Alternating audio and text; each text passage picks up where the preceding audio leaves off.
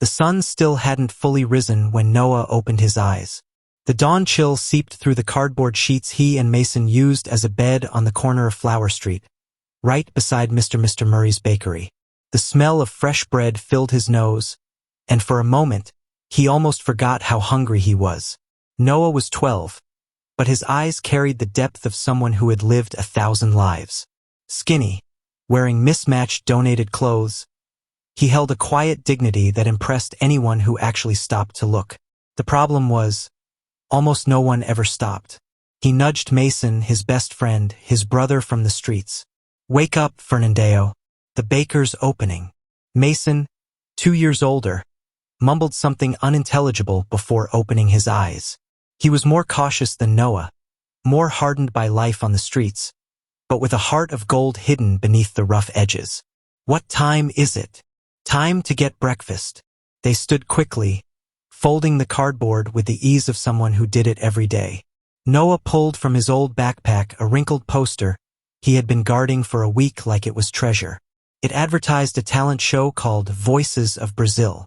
The auditions were that day. Mason sighed when he saw the poster. "You're still on that crazy idea?" "It's not crazy. It's a chance." "Noah, we can't even walk into a mall without being thrown out. You think they're gonna let us walk into a TV show?" "I have to try, Fernandeo. My mom always said I had a gift. If I sing well, maybe something will change. And if nothing changes, you're just gonna get hurt. That's what always happens. We hope, and we get disappointed." Noah looked at his friend with a determination far bigger than his small frame. "Then today I choose hope." Right then, Mr. Murray stepped out of his bakery holding 2 warm loaves of bread. He was a 60-year-old man with a round belly and an even bigger heart. Every morning he saved leftover bread for the boys. "Morning, boys. Here you go, still warm." "Thanks, Mr. Murray. You're a good guy. And you boys are good kids." The baker hesitated. "Noah, I heard you singing last night. You've got a beautiful voice. You know that?" Noah smiled shyly. "Today I'm gonna try it out on a real stage." "You're going to that show?" Noah nodded. "Then go with God, kid. And be ready. The world out there is tough." Half an hour later, Noah was at a bus stop, trying to fix his hair using water from a public fountain. Mason watched him with a mix of worry and admiration. "You're really going alone? Come with me. I need you there." Mason shook his head. "That's not my dream, Noah. It's yours. But I'll support you from here." He reached into his pocket and pulled out a coin. "Here, for the bus." Noah felt his eyes burn. That coin meant a lot. Mason had probably saved it for days. "Fernandeo, go before I change my mind." They hugged tightly. "And Noah, knock 'em dead. Show them we exist." Noah got on the bus alone, watching through the window as his friend waved until he disappeared from view. Toward the back of the bus, an elderly woman sat beside him. "Good morning, son. Where are you headed?" "I'm going to sing on a show, ma'am." "How lovely. And what are you going to sing?" "Annunciaco. It was my mom's favorite song." She touched his shoulder gently. "Then sing with your heart, dear. When we sing with our hearts, even the angels listen." When Noah got off the bus and saw the municipal theater, his heart slammed in his chest. The building was massive, imposing, intimidating. At the main entrance, a long line of well-dressed contestants waited, some carrying expensive instruments. They all looked like they belonged there. Noah didn't. He swallowed his fear and approached a side entrance where a large security guard stood watch. "Registrations are through the front door," the man said without even looking at him. "I'm not registered, sir, but I can sing. I just need a chance." The guard finally looked at him. His eyes scanned the worn clothes, the torn sneakers, the battered backpack. "Kid, without registration there's no way." "And do you have an adult with you?" "I don't have anyone, sir. Just me." "Look, you should head home. This isn't for people like me?" Noah cut in, his voice steady despite the tremble in his hands. "Is that what you were gonna say?" The guard hesitated, uncomfortable. "I might not have nice clothes," Noah continued, looking straight into the man's eyes. "But I have talent. and I have the right to try. Please, just let me sing once. If I'm not good, I'll leave and never come back." Something about the boy's dignity got to the guard. He sighed. "Wait here. I'm not promising anything." The next 5 minutes felt like the longest of Noah's life. He stood there while people walked by, some staring with curiosity, others with disdain. When the guard returned, he brought with him an elegant woman, around 30. Grace Mendez, producer and host of the show. Successful, respected, known for her professionalism. But her eyes carried something softer, something she kept hidden behind her poised demeanor. She studied Noah for a moment. "You're the boy who wants to sing?" "Yes, ma'am. My name is Noah." "Why do you want to be in this show so badly, Noah?" He paused. He considered lying, coming up with a more polished answer. But he was tired of being invisible, tired of pretending his reality wasn't real. "Because if I sing well, will you give me a plate of food?" Silence hit like a punch. Grace felt the air leave her lungs. The guard looked away, unable to face the moment. "You're hungry." Grace's voice broke. "I had bread this morning, but I don't know about tomorrow, or the day after." Noah paused, gathering his courage. "But it's not just that, ma'am. I want to sing because it's the only thing that makes me feel like I'm still human, like I still matter." Grace quickly turned away, pretending to adjust something on her clothes, but in truth wiping away a tear that insisted on falling. "Take him backstage," she told the security guard. "I want him on stage in 20 minutes. "But Grace, Michael is going to." "I'll deal with Michael. This boy is going to sing." The backstage hallways felt like a different world entirely. Nervous contestants paced back and forth, warming up their voices, adjusting expensive costumes. Everyone stared as Noah walked by, some with curiosity, many with disdain. Grace led him into a small room and returned a few minutes later with a bottle of water and 2 sandwiches. "Eat first. No one sings well on an empty stomach." Noah looked at the food. For a moment, pride wrestled with hunger. Hunger won. He ate quickly, trying to keep some dignity, but there was no hiding how starved he really was. Grace watched, her heart breaking. "When was the last time you ate a real meal?" "About 3 days ago. But it's okay. I'm used to it. No child should ever be used to being hungry." Grace's voice cracked. "Noah, tell me your story. Where are your parents?" Noah finished chewing before answering. "My dad left when I was 4. Never came back. My mom," his voice trembled, "she died 2 years ago. Cancer. We didn't have money for treatment. And since then I live on the streets. There's Mason, my street brother. We look out for each other. And there's Mr. Murray from the bakery. He gives us bread. And Mrs. Rose. She lets us take a shower at her house once a week." Grace sat beside him and touched his hand. "You're very brave, Noah." "I'm not brave, ma'am. I just want to survive. And sing. When I sing, I feel like my mom is close."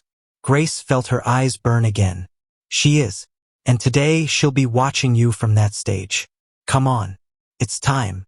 Meanwhile, at the judges' table, Grace faced the 3 evaluators of the show. Michael Valente, the lead judge, was a famous music producer known for being ruthless. Melissa Lima, a celebrated singer, had the softest heart among them. Jamiso Ramos, an entertainment executive, was sharp and business-minded. "Grace, what is this?" Michael snapped. "You know we're on a tight schedule. We can't accept just anyone who shows up at the door. This isn't just anyone. This is a 12-year-old boy who's starving and came here with the only thing he has, hope." "Who is he?" Melissa asked, already intrigued. "His name is Noah. He has no family, no home. But he told me he has talent. And I believe him." "Grace, with all due respect," Jamiso cut in, "this is a talent show, not a charity program." Grace stood firm. "Then let's test his talent. If he's not good, thank him and he leaves. But if he is good, you'll remember this day for the rest of your lives." Michael exhaled heavily. "Fine. But if he's bad, the responsibility is yours." "I accept." Noah was brought to the wings of the main stage. When he saw the lights, the 300-person audience, the cameras pointed in every direction, his legs started shaking. It was so much bigger than anything he had imagined. Grace came closer and whispered in his ear, "Take a deep breath.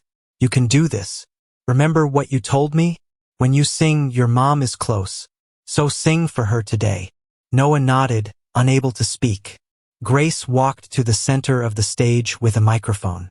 "Ladies and gentlemen, our next contestant is special. He didn't register. He didn't arrive by car. He came alone by bus with a courage few of us would ever have. Please welcome Noah." Polite applause filled the theater. Noah stepped up to center stage, the lights so bright they almost blinded him. He stopped, small and vulnerable. "Good morning, kid," Michael said impatiently. "State your name." "My name is Noah. I'm 12. "And where do you live, Noah?" Melissa asked gently. The silence that followed was heavy. "I live on the street, ma'am. On the corner of Flower Street." Whispers rippled through the audience. The judges exchanged looks. "You came here alone today?" Jamiso asked. "Yes, sir. My best friend, Mason, gave me the bus fare. He believed in me when I didn't believe in myself." Melissa's eyes filled with tears. "And why are you here today, sweetheart?" Noah looked at her, and in that moment all his pain, all his hope, all his humanity lay exposed. "Because when I asked Miss Grace if she'd give me a plate of food if I sang well, she brought me here. And because I need to know if my mom was right, if I really have the gift she always said I had." Melissa could no longer hold her tears. "And what will you sing for us, Noah?" Michael's voice had softened noticeably. "Annunciaco" by Alsu Valenka. It was my mom's favorite song. She sang it to me every night before I slept. I haven't sung it since the day she died. But today I'm going to sing it again. For her. "The stage is yours, Noah," Grace said from backstage. "Sing for your mother." The music began softly, filling the theater. Noah closed his eyes. A single tear rolled down his cheek. He took a deep breath and started to sing. The first notes came out hesitant, almost whispered. But then, like a dam breaking, his voice grew strong. And it wasn't just technically good. It was devastating. Every word carried layers of grief, longing, love, and hope that seemed impossible for a 12-year-old to hold inside his small body. His voice had a raw purity no singing school could ever teach. The audience froze. No one moved. No one breathed. Melissa was openly crying. Jamiso removed his glasses to wipe away his tears. Even Michael, the ruthless one, had red eyes. Backstage, Grace placed a hand over her heart, crying silently. She knew she was witnessing something extraordinary. When Noah reached the chorus, his voice exploded with a power that made the entire theater vibrate. It wasn't just a performance. It was a release. It was the pain of every invisible child in the world channeled into a single voice. On the final note, Noah opened his eyes and looked up at the lights that shone like stars. In that moment, he didn't see the theater. He saw his mother smiling, proud. A final tear slipped down his face as the music ended. Absolute silence. 1 second. 2. 3. Then someone in the audience stood and began to clap. Then another. And another. Within seconds, the entire theater was on its feet. Clapping, shouting, crying. Noah stood frozen, unable to understand what was happening. His legs buckled, and he collapsed to his knees on stage, sobbing. Grace ran to him and wrapped her arms around him as the applause continued. "You did it, Noah. You did it." She helped him stand and guided him to the judges' table. Michael spoke first. "Noah." His voice shook in a way no one had ever heard. "I've been in the music industry for 27 years.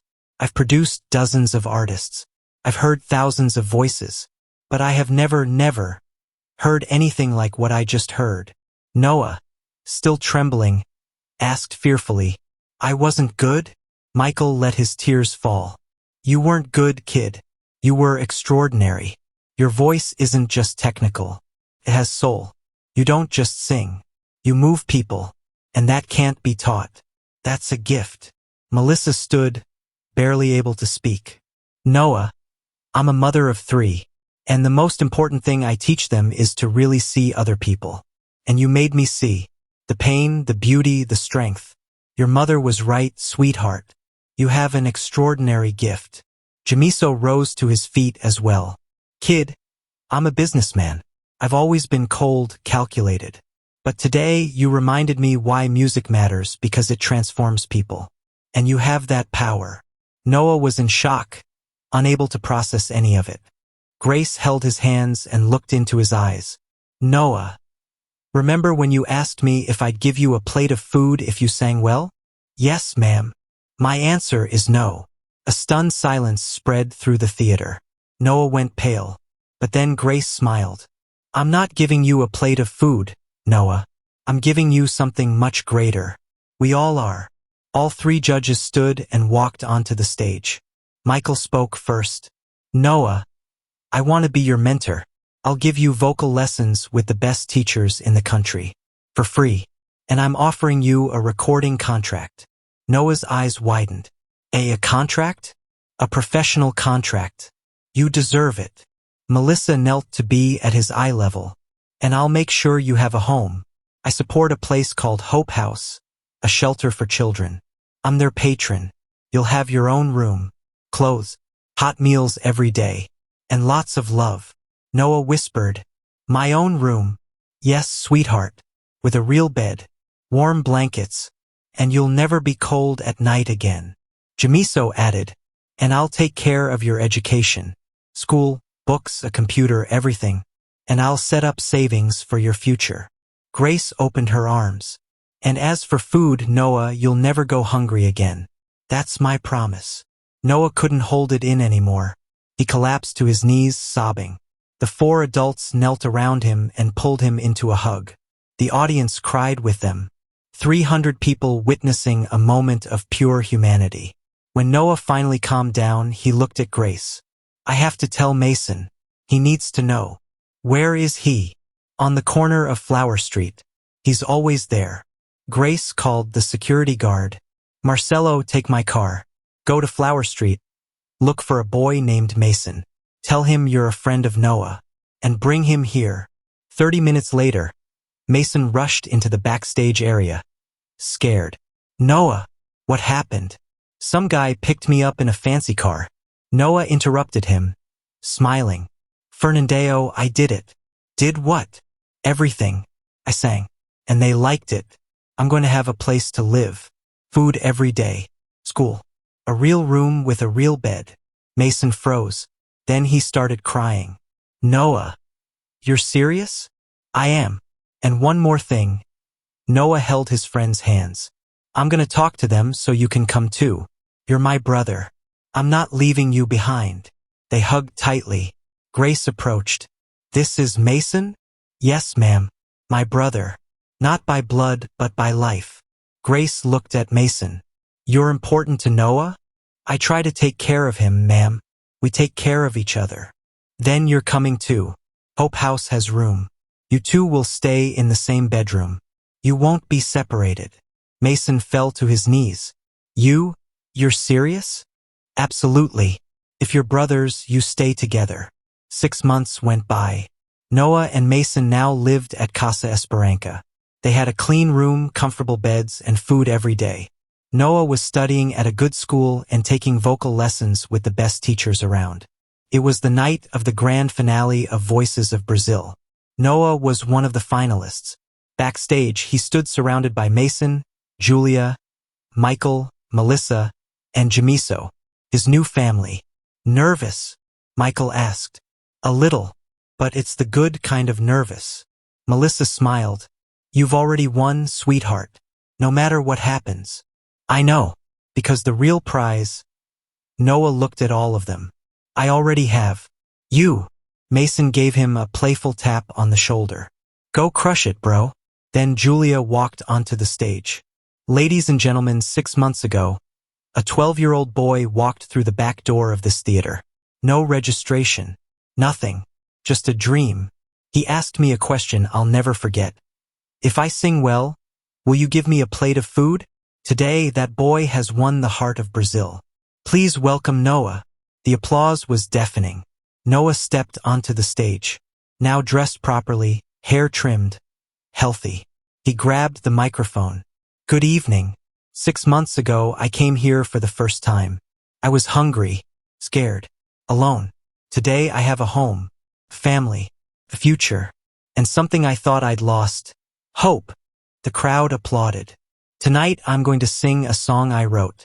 It's dedicated to my mother, who taught me how to sing, to Mason, who always believed in me, and to everyone who gave me a second chance. It's called Invisible. The music began. A ballad about being forgotten, about living in the shadows, but also about finding your own voice and discovering that every human being has value. When it ended, the theater erupted in applause. Julia returned to the stage with an envelope. The winner of Voices of Brazil is Noah. Confetti exploded. Mason pushed Noah forward. He received the trophy from Julia, crying. 6 months ago, I was invisible. Today, I learned I was always visible. People just weren't looking. He lifted the trophy.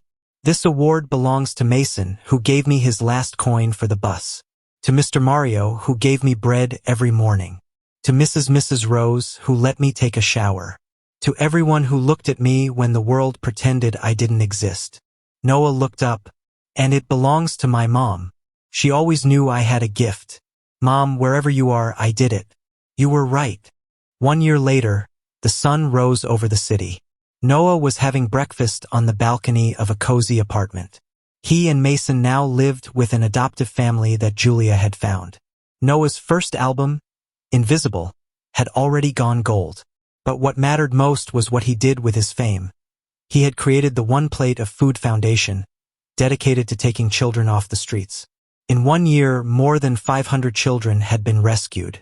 What are you thinking about? Mason asked. That day, the day I walked into the theater with a stupid question. It wasn't stupid. It was. Noah smiled. But it was the right question. His phone buzzed. A message from Julia. Turn on the TV. Channel 5. Now, on TV, a news report showed the opening of a new Casa Esperança. In front of the building, a banner read, If I sing well, will you give me a plate of food? Here, every child has a voice. A 10-year-old girl looked into the camera. I saw Noah on TV and thought, if he made it, I can too. He showed me we're not invisible. Noah turned the TV off. He couldn't see through the tears anymore. Mason hugged him. Your mom would be really proud. I know. Noah looked out the window. I know she is.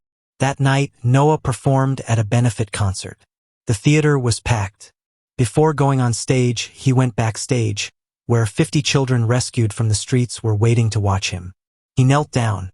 Do you know why I sing? Because I was once just like you. I slept on the streets. I was hungry. I felt invisible. But I found out I had a voice. And each one of you has one too. The world needs to hear it. A little girl raised her hand. Noah, do you still feel hungry? He smiled. No, sweetheart. Not anymore. And you won't either. I promise. Noah walked onto the stage. The lights came up. He saw Julia in the front row. He saw Michael, Melissa, and Jamiso. He saw Mason.